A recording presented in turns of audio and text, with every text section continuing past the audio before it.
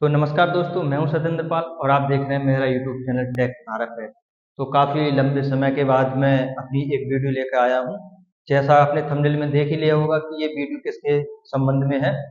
तो इसी के लिए मैं जल्दी बिना देरी करे इस वीडियो पर अपने आता हूं।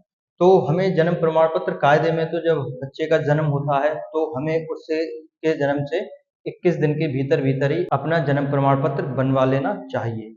अगर देर हो जाती जैसे 1 साल या 2 साल में तो हमें कौन-कौन से डॉक्यूमेंट की ज़रूरत पड़ती है, क्योंकि जन्म प्रमाण पत्र बनवाने के लिए हमें सबसे पहले पता होना चाहिए कि हमें कौन-कौन से डॉक्यूमेंट की ज़रूरत पड़ती है।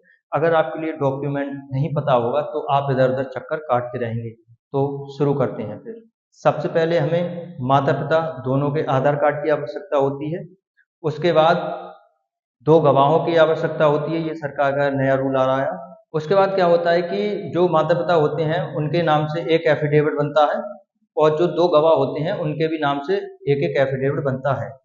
एफ़िडेविट बनने के बाद एक एप्लीकेशन बनाई जाती है, जिसमें बच्चे का नाम, बच्चे की जन्म तिथि, उसके माता-पिता का नाम और उसका एड्रेस लिखा होता है।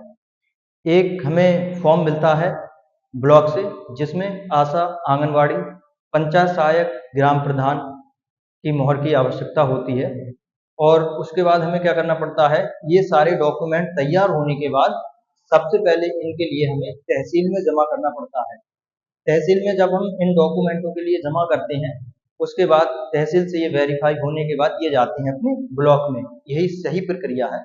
ब्लॉक में जाने के बाद हमें तहसील से ही एक चालान लेना पड़ता है, जो हमें 4 प्रतियों में लेना पड़ता है और उस चालान के लिए भी ब्लॉक वाले ही भर के देते हैं। जब हम चालान को भर लेते हैं, उसके बाद ये चालान हमें बैंक में जमा करना पड़ता है। ये कभी 10 रुपए का भी होता है या 20 रुपए का भी होता है, अपने-अपने हिसाब से। चालान जमा करने के बाद उसकी एक प्रति हमें ब्लॉक में जमा करनी पड़ती है।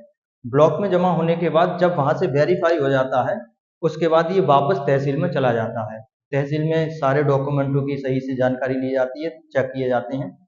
जब सारे डॉक्यूमेंट सही पाए जाते हैं, उसके बाद क्या होता है कि जो वहाँ के संबंधित अधिकारी होते हैं, वो उस पे फाइनल रिपोर्ट लगाते हैं, आदेश जारी कर देते हैं।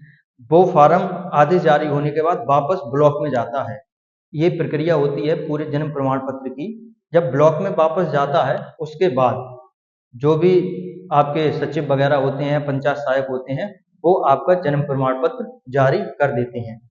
ये पूरी प्रक्रिया होती है, हमें इस प्रक्रिया की जानकारी होना चाहिए। अगर हमें इस प्रक्रिया की जानकारी नहीं है, तो आप इधर-उधर भटकते रहेंगे और काफ़ी लंबे समय तक आपके बच्चे का जन्म प्रमाण पत्र नहीं बन पाएगा।